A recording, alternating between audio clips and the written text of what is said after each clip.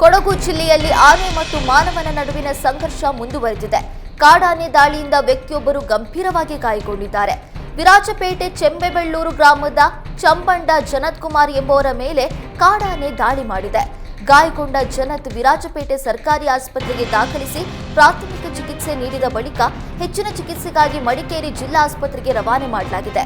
ಬೆಳಗ್ಗೆ ಮನೆಯ ಕೊಟ್ಟಿಗೆ ಬಳಿ ತೆರಳಿದ ಸಂದರ್ಭದಲ್ಲಿ ಒಂಟಿ ಸಲಗ ದಾಳಿ ಮಾಡಿದೆ. ಸ್ಥಳಕ್ಕೆ ಅರಣ್ಯ ಇಲಾಖೆ ಸಿಬ್ಬಂದಿ ಭೇಟಿ ನೀಡಿ ಪರಿಶೀಲನೆ ನಡೆಸಿದ್ದಾರೆ. ಕಾಡಾನೆ ದಾಳಿಗೆ ಸ್ಥಳೀಯರು ಅರಣ್ಯ ಇಲಾಖೆ ವಿರುದ್ಧ ಆಕ್ರೋಶ ವ್ಯಕ್ತಪಡಿಸುತ್ತಿದ್ದಾರೆ.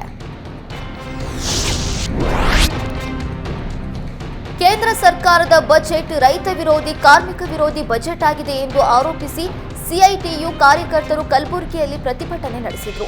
ಕಲಬುರಗಿ ಜಿಲ್ಲಾಧಿಕಾರಿ ಕಚೇರಿ ಮುಂದೆ ರಸ್ತೆ ತಡೆದು ಆಕ್ರೋಶ ವ್ಯಕ್ತಪಡಿಸಿದರು. ಕೇಂದ್ರದ ಬಜೆಟ್ ಉದ್ಯಮಿಗಳು ಶ್ರೀಮಂತರ ಪರವಾಗಿದೆ, ಬಡವರು ಕಾರ್ಮಿಕರು ರೈತ ವಿರೋಧಿ ಬಜೆಟ್ ಆಗಿದೆ. ಅಮೆರಿಕ ಒತ್ತಡಕ್ಕೆ ಮಣಿದು ಪರಮಾಣು ಕ್ಷೇತ್ರ ಖಾಸಗಿ ವಲಯಕ್ಕೆ ನೀಡಲಾಗಿದೆ. ಗರೀಬ್ ಕಲ್ಯಾಣ್ ಯೋಜನೆಯ ಅನುದಾನ ಕಡಿತ ಮಾಡಲಾಗಿದೆ. ಮಧ್ಯಾಹ್ನದ ಬಿಸಿಯೂಟ ಯೋಜನೆ, ಆಶಾ ಕಾರ್ಯಕರ್ತರ ಗೌರವಧನದ ಯೋಜನೆಯಲ್ಲಿ ಕಡಿತಗೊಳಿಸಲಾಗಿದೆ. ಒಟ್ಟಾರೆ ಕೇಂದ್ರ ಬಜೆಟ್ ದೇಶವನ್ನ ದಿವಾಳಿಯತ್ತ ಕೊಂಡೊಯ್ಯುವ ಬಜೆಟ್ ಆಗಿದೆ ಎಂದು ಪ್ರತಿಭಟನಾಕಾರರು ಆಕ್ರೋಶ ವ್ಯಕ್ತಪಡಿಸಿದರು.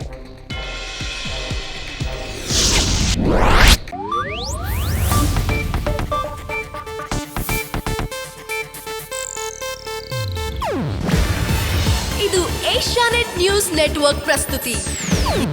ನೀವು ನೋಡ್ತಿದ್ದೀರಾ ಏಷ್ಯಾನೆಟ್ ಸುವರ್ಣ ನ್ಯೂಸ್.